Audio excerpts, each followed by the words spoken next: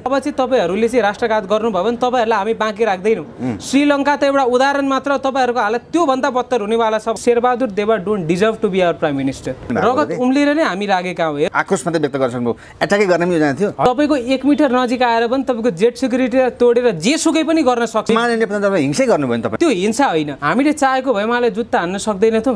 मलाई घाँटी र यो नाक चाहिँ थुन्नु भयो तल। म प्रश्न गर्न चाहन्छु प्रचण्डज्यूलाई, देशभन्दा प्यारो त गठबन्धन जोगाउनु रहेछ। शेरबहादुर देवालाई मार्दैमा, प्रचण्डलाई मार्दैमा हाम्रो समस्या समाधान हुन्छ भन्नुहुन्छ। ब्वासोको सन्तान पनि ब्वासो हुन्छ। नेपाल आमाको अस्मिता बेचिदिने आर्जु राणा देवाको मार्फत चाहिँ शेरबहादुर देवालाई कठपुतली बनाएका छन्। हामी बिकेका छैनौँ। मलाई चाहिँ तान्दा हजुरको मैले चाहिँ एमसीसी को विरोध गरिरहँदा, एसपीपी को गरिरहँदा मलाई तान्दा चाहिँ टाक पनि चुटिएको छ। प्रचण्ड पनि के हुन्, राष्ट्रघाती हुन् कि देशद्रोही हुन्, नेपाललाई नेपाल जस्तो बनाउनु पर्छ भने र धर्मनिरपेक्षताको काम छैन यो देशमा। हजुर, हामीले चाहिँ केही वर्ष अगाडिदेखि आफ्नो यात्रा चाहिँ जननी जन्मभूमिश्च स्वर्गादपि गरियसी भन्ने चाहिँ मूल ध्येयका साथ चाहिँ हामीले हाम्रो यात्रा तय गरेका थियौँ। त्यतिखेर थुप्रै साथीहरू हुनुहुन्थ्यो, आज उहाँहरू विभिन्न राजनीतिक दल पार्टीहरूमा हुनुहुन्छ। तर हामीलाई चाहिँ के लाग्यो भन्नुहुन्छ भने यो देशको राष्ट्रपति भनेको एउटा स्वाभिमानी हुनुपर्छ, जसले राष्ट्रको हितमा निर्णय लियोस्, राष्ट्रको स्वार्थ विपरीतमा विदेशी शक्तिको स्वार्थ परिपूर्ति गर्नका निमित्त होइन कि हाम्रो देशको हितका निमित्त। विदेशीको स्वार्थ भनेको त्यो तेस्रो चौथो प्रायोरिटीमा आउँछ। सबैभन्दा अगाडि यो हाम्रो देशको हितमा छ कि छैन, यो आर्थिक समृद्धिका हाम्रा जुन लक्ष्य छ त्यो परिपूर्ति गर्नका निमित्त चाहिँ यसले कति हजुरको प्रतिफल पुर्याउँछ भन्ने यस्ता कुराहरूलाई विश्लेषण गरेर निर्णय गर्ने खालको नेतृत्व चाहिन्छ। तर 46 सालको आन्दोलनपछि पञ्चायत अन्त्य भइसकेपछि यस्तो कुनै पनि निर्णय देखिएन जुन नेतृत्व तहबाट चाहिँ राष्ट्रको हितमा लिएको होस्। बरु रातारात सङ्कल्प प्रस्तावको नाममा नेपाली जनतालाई दिग्भ्रमित गरेर महाकाली सन्धि पास गरियो। रातारात राष्ट्रघाती एमसीसी जुन हाम्रो पञ्चशीलको सिद्धान्तको विपरीतमा छ। यो अहिले सेनाले बुट बजार्ने भन्ने कुरालाई अनुदान आउँछ भन्ने गरिएको हो नि होइन, सेनाले हजुरको यहाँ बुट बजार छ लगायतका कुराहरू, यो केही विषयहरू अतिरञ्जित गरिएको, त्यो कुरामा हामी प्रवेश गर्नै पर्दैन। हामी एउटा पञ्चशीलको सिद्धान्त मान्ने, हामी असंलग्न परराष्ट्र नीति हाम्रो परराष्ट्र नीति छ। त्यसै कारणले गर्दा यो हाम्रो नीतिको विपरीत छ। नीतिको विपरीत भएपछि अरू कुरै गर्नु परेन। यो हाम्रो राष्ट्रहितमा छैन। देश विकासको लागि उहाँदेखि अनुदान आउँछ भने नीतिलाई के कुरा आएर हेर्नुहोस्, अनुदानको लागि के हामीले हाम्रो स्वाभिमान नेपाल आमाको अस्मिता बेचिदिने, नेपाल आमाको सार्वभौम सत्ता बेचिदिने, अनुदानको नाममा चाहिँ अब हामीले हाम्रो देशको हजुरको अस्तित्वसँग चाहिँ खिलवाड गर्ने हो त, कम्प्रोमाइज गर्ने हो त? यो पनि त ठुलो प्रश्न छ नि त। तपाईले यति धेरै सबै कुरा सोचेर हिजो प्रधानमन्त्री देवाललाई अट्याक गर्न खोज्नु भएको? हजुर, यो सबै कुरा सोचेर प्लान थियो अथवा आक्रोश त्यतिबेला जन्म? हाम्रा 3 मूल एजेन्डाहरूका साथ हामी चाहिँ प्रस्तुत भएको स्वतन्त्र नेपाली नागरिकको हैसियतले सम्माननीय प्रधानमन्त्रीज्यू समक्ष त्यो प्रधानमन्त्री पदलाई म सम्मानीय भन्दैछु। मैले बारम्बार भन्दै आएको चाहिँ Sher Bahadur Deuba don't deserve to be our prime minister.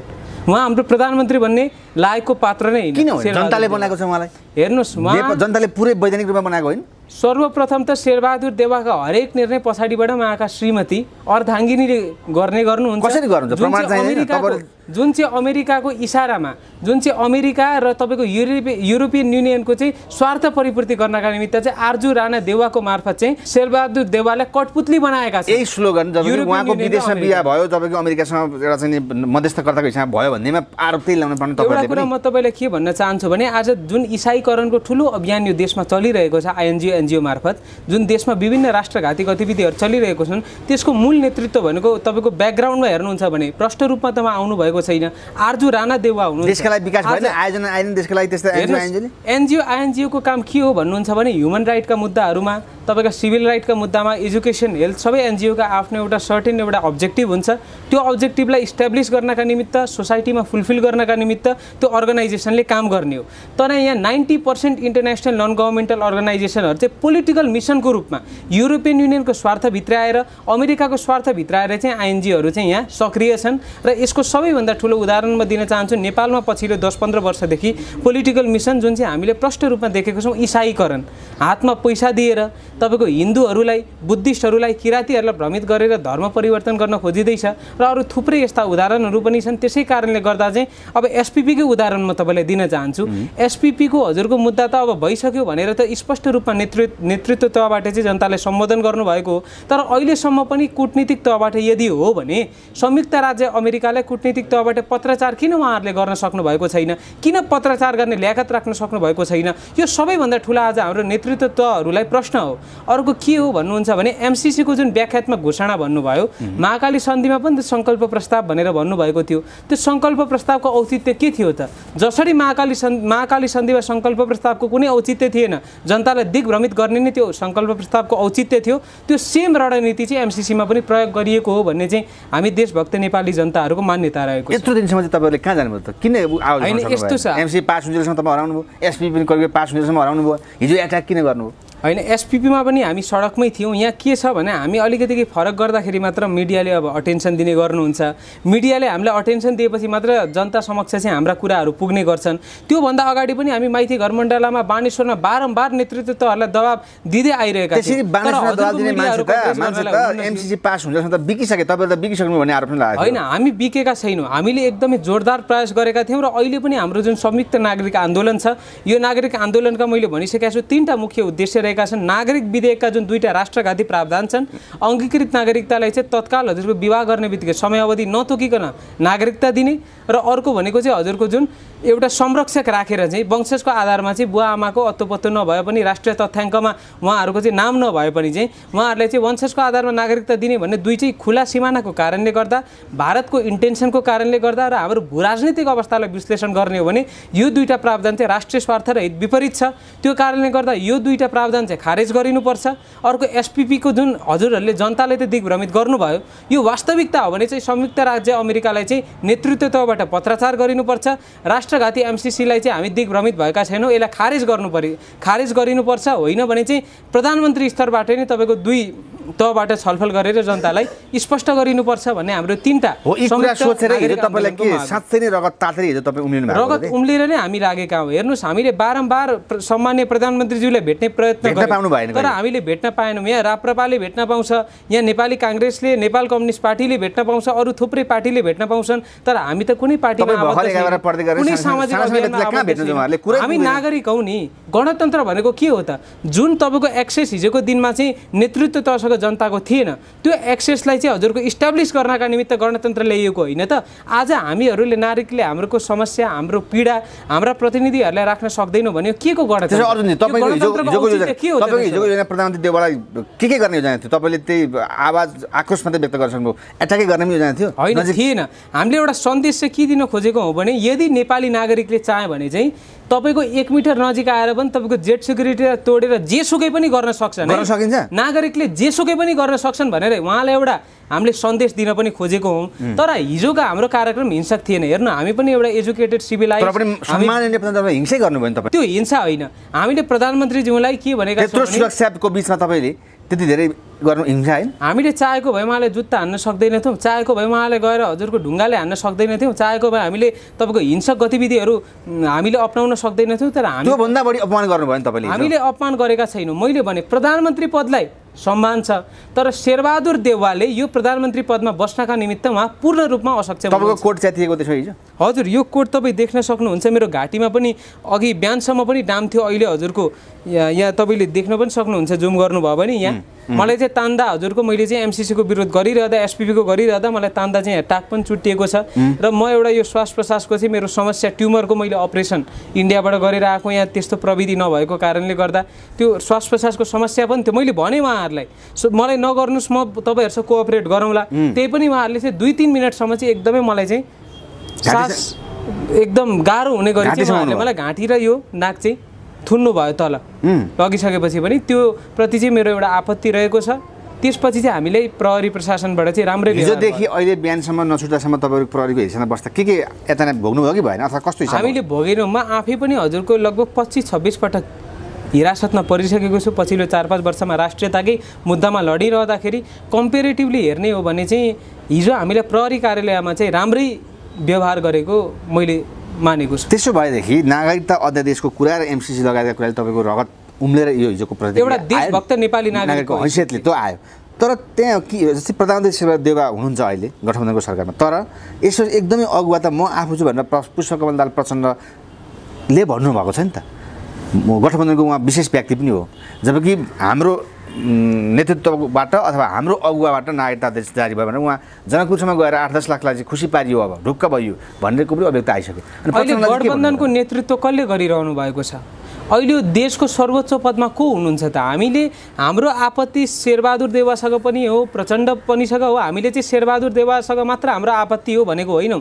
Prachanda पनि के हुन्, राष्ट्रघाती हुन् कि देशद्रोही हुन् के हुन् भन्ने कुरो नेपाली नागरिकले बुझेका छन्। तपाईँले के बुझाउनुहुन्छ त्यसमा? उहाँ को हुन्? म जनयुद्ध गरेर आउनु जनसरबराह वर्गको व्यक्तिको लागि देश परिवर्तन गरेर आउनु दिनमा होला सायद, मैले स्पष्टसँग उहाँ भन्न सक्दिनँ। तर एउटा राष्ट्रियताको हिसाबले नै उहाँले सायद जनयुद्ध सुरुवात गर्नुभएको थियो होला। तर आजसम्म उहाँको यात्रा हेर्दाखेरि चाहिँ अहिले चाहिँ उहाँ पनि विदेशी शक्तिहरूको सामु चाहिँ झुक्नु भएको चाहिँ स्पष्ट रूपमा नेपाली जनताले अनुभूति गरेका छन्। तपाईँले ल्याउनु भयो होला, गणतन्त्र ल्याउनु भयो, धर्मनिरपेक्षता ल्याउनु भयो, यसले के हामीलाई प्रतिफल दियो? म प्रश्न गर्न चाहन्छु प्रचण्डज्यूलाई। आज तपाईँले एमसीसीको विरुद्धमा चाहिँ जनतालाई दिग्भ्रमित गर्नको लागि तपाईँ र माधव कुमार नेपालज्यूको एकीकृत समाजवादी पार्टीले युवा सङ्गठन र विद्यार्थी सङ्गठनका कार्यकर्तालाई माइती घरमा चाहिँ नाटक प्रदर्शन गर्न लगायो। भरे एउटा व्याख्यात्मक घोषणामा को चाहिँ एउटा बहानाबाजी गरेर जब गठबन्धन नै टुट्ने ठुलो यहाँ तपाईँको एउटा डर भयो, ठुलो चुनौती उहाँहरूको अगाडि आयो, त्यसपछि त उहाँहरूलाई त देशभन्दा प्यारो त गठबन्धन जोगाउनु रहेछ भन्ने कुरो त त्यो घटनाक्रमबाट पनि चाहिँ हामीले चाहिँ हेर्न पायौँ, नेपाली जनताले बुझ्न पायौँ। एमसीसीदेखि नै गठबन्धनको रक्षा र अहिले पनि गठबन्धनकै कारणले हामी यो वैवाहिक 7 वर्ष चाहिँ गर्न बाध्य भयो भनेर माओवादीले भनिसकेको छ नि। हो, कति प्यारो रहेछ, यो सत्यता हो। यही गठबन्धनकै कारणले गर्दा चाहिँ आज चाहिँ नागरिकता विधेयक पनि लादिएको छ। यही गठबन्धन जोगाउनकै निमित्त चाहिँ प्रचण्डले आफूलाई खुङ्कार राष्ट्रवादी भनेर जनताको समक्ष देखाउने कोसिस गर्नुभयो। तर अन्तिममा उहाँको असली चेहरा, उहाँको जुन असली छ एउटा रूप जुन छ, यो त स्पष्ट रूपमा जनताको अगाडि आयो। यो कुरो मैले हजुरलाई जानकारी गराइरहनुपर्छ जस्तो मलाई लाग्दैन, किनकि यो त उहाँहरूले पास गर्नुभएको, उहाँको सांसदहरूले पास गर्नुभएको प्रमाणै छ।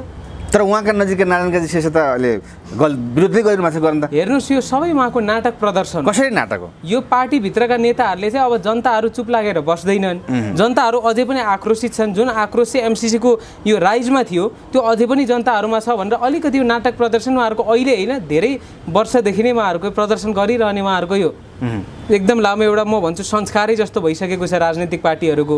त्यसै कारणले गर्दा यसलाई चाहिँ मैले गहन रूपमा या सिरियसली लिएको। जस्तै यही विषयमा कुरा गर्दा जस्तै तपाईँ जस्तै आजभन्दा 5 वर्ष अगाडि तपाईँ जस्तै व्यक्तिसँग एकजना इन्जिनियर सागर ढकालसँग प्रधानमन्त्री अहिलेकै तृतीय प्रधानमन्त्री हुन्छ देउवासँग परेको थियो, त्यो कुरा अहिले आइरहेको छ र उहाँको विरुद्धमा लाग्छु भनेर चुनावमा उठ्ने भन्ने विषयमा डडेलतिर जानुभएको छ अहिले सागर ढकाल। चिन्नुहुन्छ नि तपाईँ? म चिन्छु। हो, अहिले त्यति बेला कुरा अहिले त्यस्तै उस्तै के छ उहाँ देउवाजीसँगै के भन्नुहुन्छ यस विषयमा सागरजीलाई? तपाईँ सागरजीलाई म के भन्न चाहन्छु भने उहाँ चाहिँ मेरो विचारमा अक्सफोर्ड युनिभर्सिटीमै पढेर आउनुभएको, उहाँको इन्टरभ्यू पनि हेरेको थिएँ मैले। एउटा बौद्धिक हुनुहुन्छ, राजनैतिक रूपमा सचेत युवा हुनुहुन्छ। म त एक 19-20 वर्षको चाहिँ एउटा देशभक्त नागरिक, एउटा विद्यार्थी छु। अझै पनि मैले धेरै सिक्न बाँकी छ, बुझ्न बाँकी छ। राजनैतिक अन्तर्राष्ट्रिय सम्बन्ध, विभिन्न राजनैतिक व्यवस्थाको बारेमा अझै पनि म थप अध्ययन अनुसन्धान गरिरहेको छु। तर उहाँको एउटा मैले शेरबहादुर देउवा भन्दा चाहिँ 1000 गुणा बढी सक्षम र इन्टेलेक्चुअल मैले सागर ढकाल सरलाई भेटेँ। र उहाँ जस्ता युवाहरू चाहिँ अब देशैभरिबाट चाहिँ यी राष्ट्रघाती दलालहरूको विरुद्धमा चाहिँ उत्रिनुपर्छ, उनीहरूको विरुद्धमा चाहिँ प्रतिस्पर्धा गर्नुपर्छ। र अब हामीले हाम्रो देशलाई चाहिँ साँच्चीकै नेपाल जस्तो, हाम्रो देशलाई स्विजरल्यान्ड जस्तो, युके जस्तो, युएस जस्तो होइन कि नेपाललाई नेपाल जस्तो बनाउनुपर्छ भनेर चाहिँ म उहाँलाई चाहिँ अनुरोध गर्छु। जस्तै सागर ढकाल जस्ता व्यक्ति आउँदैमा, जस्तै बालन शाह पनि आउनुभयो तपाईँ जस्तै युवा, आउँदैमा के भयो त? 4 महिना भयो बालन शाह पनि केही भयो होइन? उहाँहरूले प्रयास गर्ने हो र त्यो प्रयासमा हामी सबैजनाले समर्थन गर्नुपर्छ र के थाहा त्यो प्रयास सफल पनि हुनसक्छ। तर एउटा कुरा चाहिँ म स्पष्ट रूपमा के राख्न चाहन्छु भने जबसम्म प्रदेश खारेजी हुँदैन, जबसम्म धर्मनिरपेक्षता खारेज भएर वैदिक सनातन धर्म सापेक्ष राष्ट्र स्थापित हुँदैन र जबसम्म उन्नत लोकतान्त्रिक व्यवस्था स्थापित हुँदैन, तबसम्म चाहिँ राष्ट्रमा आमूल परिवर्तन ल्याउन चाहिँ म असम्भव छ भनेर चाहिँ म विश्वाससहित यहाँ भन्न चाहन्छु। 2007 सालदेखि अहिलेसम्म राजा महेन्द्रले राष्ट्रिय हितमा लिनुभएको त्यो कदम बाहेक कुनै पनि राष्ट्रिय हितका चाहिँ हजुरका ती परिवर्तन थिएनन्। जनतालाई दिग्भ्रमित गराउनका निमित्त कहिले प्रजातन्त्र भनियो, कहिले लोकतन्त्र भनियो, कोही गणतन्त्र भनियो। तर आजसम्म चाहिँ राष्ट्र हितका निमित्त, राष्ट्र स्वार्थलाई परिपूर्ति गर्नका निमित्त चाहिँ यी व्यवस्थाहरू ल्याइएका होइनन्। यो जनतालाई दिग्भ्रमित गरेर युरोपियन युनियनका स्वार्थ, अमेरिकाको स्वार्थ, भारतको स्वार्थ चाहिँ आज चाहिँ यहाँ लादिएको छ भनेर म जानकारी दिन चाहन्छु। त्यसो भएदेखि अब अर्को समय आइराख्दा पनि प्रधानमन्त्री देउवा हुनुहुन्छ, अर्को प्रधानमन्त्री आउनु होला, तपाईँले भने जस्तो कुरा भयो भने फेरि पनि आक्रमण गर्नुहुन्छ उहाँहरूलाई समस्या समाधान यो हो त होइन अब हामीले चाहिँ आन्दोलन मार्फत जाने जुन हाम्रो संयुक्त नागरिक आन्दोलन छ जबसम्म हाम्रा ती मागहरू चाहिँ सम्बोधन हुँदैनन् तबसम्म चाहिँ हामीले संयुक्त नागरिक आन्दोलनलाई चाहिँ निरन्तरता दिने भन्ने चाहिँ एउटा योजना बनाएका छौँ। अझ नेपालमा एउटा फेसन जस्तो भयो नि यो कुनै विश्वास पुनः आन्दोलन छ जति आन्दोलन गर्ने पनि एमसिसी पास हुने नागरिकता विधेयक आउने एससी पनि पास हुने जे पनि भइरहेछ आन्दोलनले के गर्छ अब होइन आन्दोलनले गर्छ हामी सबै नेपाली नागरिकहरू देशभक्त नेपाली नागरिकहरू चाहिँ एकीकृत भएर आन्दोलनमा समावेश भयौँ भने र हामी सशक्त ढङ्गले अगाडि बढ्यौँ नेतृत्वहरूलाई अब चाहिँ तपाईँहरूले चाहिँ राष्ट्रघात गर्नुभयो भने तपाईँहरूलाई हामी बाँकी राख्दैनौँ। श्रीलङ्का त एउटा उदाहरण मात्र तपाईँहरूको हालत त्योभन्दा बत्तर हुनेवाला छ भनेर चाहिँ एउटा हामीले जबसम्म चुनौती दिन सक्दैनौँ तबसम्म चाहिँ उहाँहरू चाहिँ एउटा आफ्नो सेन्समा आउनुहुन्छ जस्तो मलाई लाग्छ। आन्दोलनको अगुवा गर्ने मान्छेले नेपालमा पार्टी प्रवेश गरेर पद लिएको देखिरहेछ घटना तपाईँको 90% तथाकथित बुद्धिजीवीहरू सबै आइएनजिओ एनजिओको जागिरीहरू हुनुहुन्छ।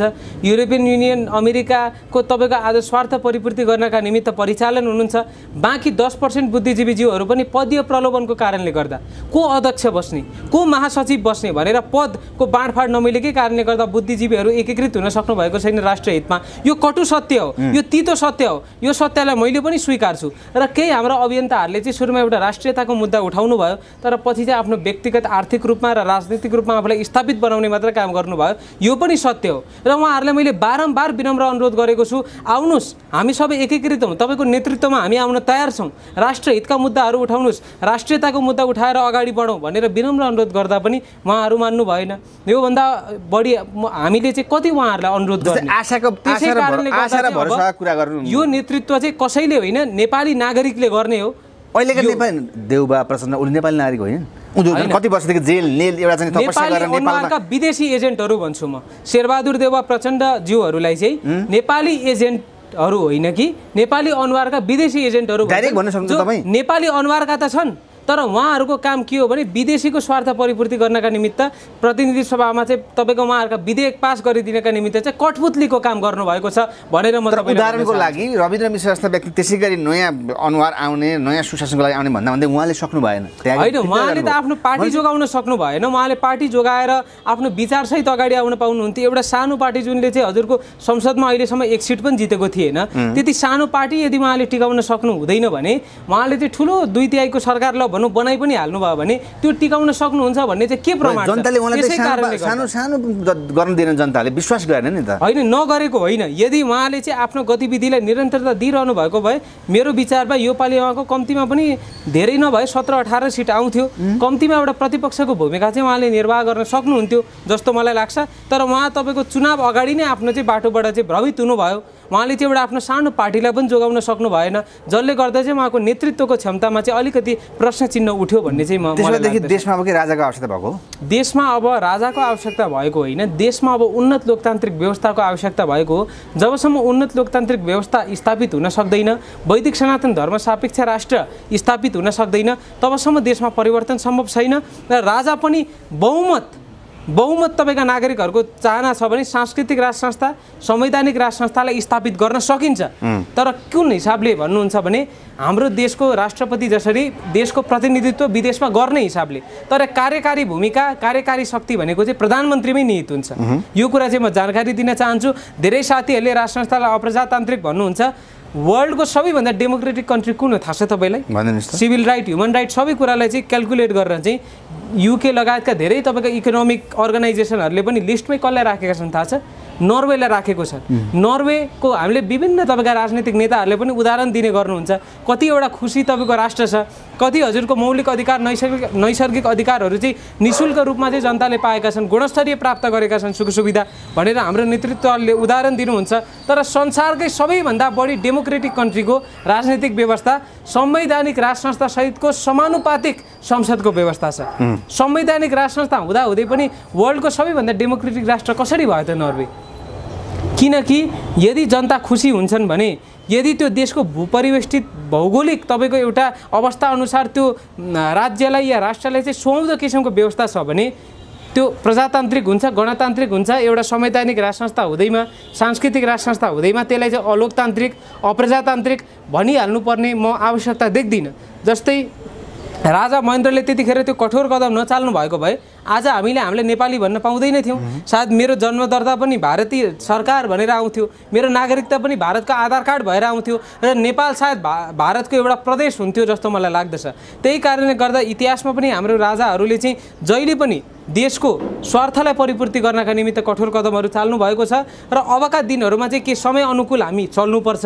पहिलाको अनुकूल चलेर काम पनि छैन। त्यसै कारणले गर्दा चाहिँ सांस्कृतिक राज संस्थाको हिसाबले संवैधानिक एउटा प्रतिनिधित्व गर्ने सिम्बोलिक राज संस्थाको हिसाबले स्थापित गर्न सकिन्छ र धर्मनिरपेक्षताको काम छैन यो देशमा। वैदिक सनातन धर्मसापेक्ष राष्ट्र सहितको चाहिँ अधिकार सम्पन्न स्थानीय सरकारको चाहिँ यो देशमा आवश्यकता छ। त्यसो भएदेखि नागरिकता विधेयक फिर्ता नभएसम्म तपाईँको अब आन्दोलन तपाईँको एजेन्डा के हुन्छ? अब हाम्रो एजेन्डा तीन अहिलेका लागि हाम्रो संयुक्त नागरिक आन्दोलन एजेन्डा हुन्।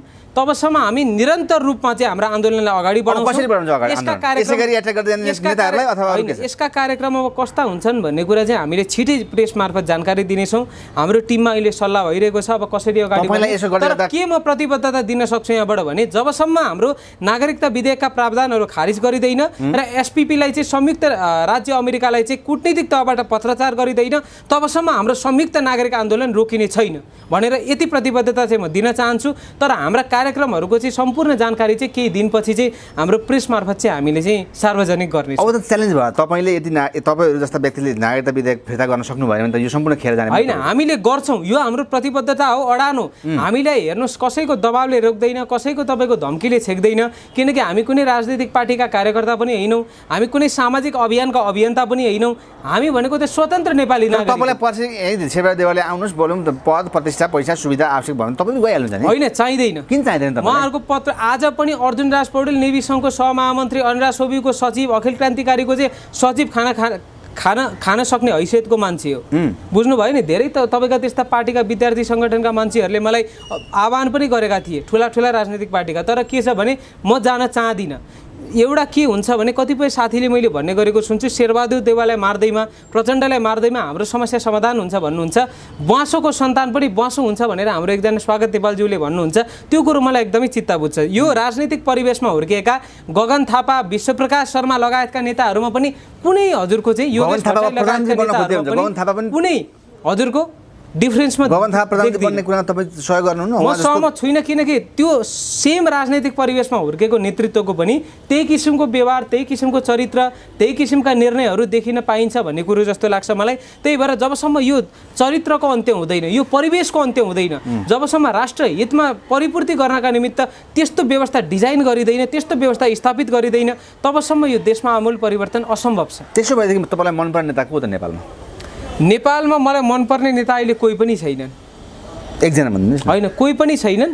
तर कम्पेरेटिभली हेर्नु पर्दाखेरि चाहिँ अहिले राजेन्द्र लिङ्गदेनज्यूले चाहिँ जसरी संसदमा पनि हजुरको एउटा राष्ट्रभक्ति पूर्ण अभिव्यक्तिहरू राख्नुहुन्छ र नेकपा एमालेको जुन हाम्रो भीम रावल हुनुहुन्छ उहाँ पनि मलाई मनपर्ने नेता हुनुहुन्छ, किनकि उहाँले बारम्बार जब राष्ट्रियतामाथि चाहिँ सवाल आउँछ, यो देशको अस्मिता र सार्वभौम सत्तालाई चाहिँ खण्डन गर्ने गरी चाहिँ हाम्रा देशका नेताहरूले निर्णय गर्नुहुन्छ, च्यालेन्ज गर्ने गरी निर्णय गर्नुहुन्छ, तब भीम रावलज्यूले चाहिँ आफ्नो मान, प्रतिष्ठा, आफ्नो पद यसको कुनै तपाईँको लोभ लालच नगरिकन चाहिँ एकदम अडानका साथ, देशभक्ति भावनाका साथ चाहिँ उहाँले आफ्नो अभिव्यक्तिहरू प्रस्तुत गर्नुहुन्छ। त्यो हिसाबले चाहिँ राजेन्द्र लिङ्गदेन र भीम रावल मलाई मनपर्ने होइन। उहाँले राजा चाहनुहुन्छ भनेर मेरो फेभरेट नेता भनेको होइन। जसरी उहाँले कङ्ग्रेसको महाधिवेशनमा चाहिँ आज तपाईँका गाउँ गाउँमा जाँदाखेरि नेता आउँदाखेरि चाहिँ हाम्रो गाउँमा चोर आउँदैछ है चोर भन्नुभयो, त्यतिखेर जनताको प्रतिक्रिया के थियो?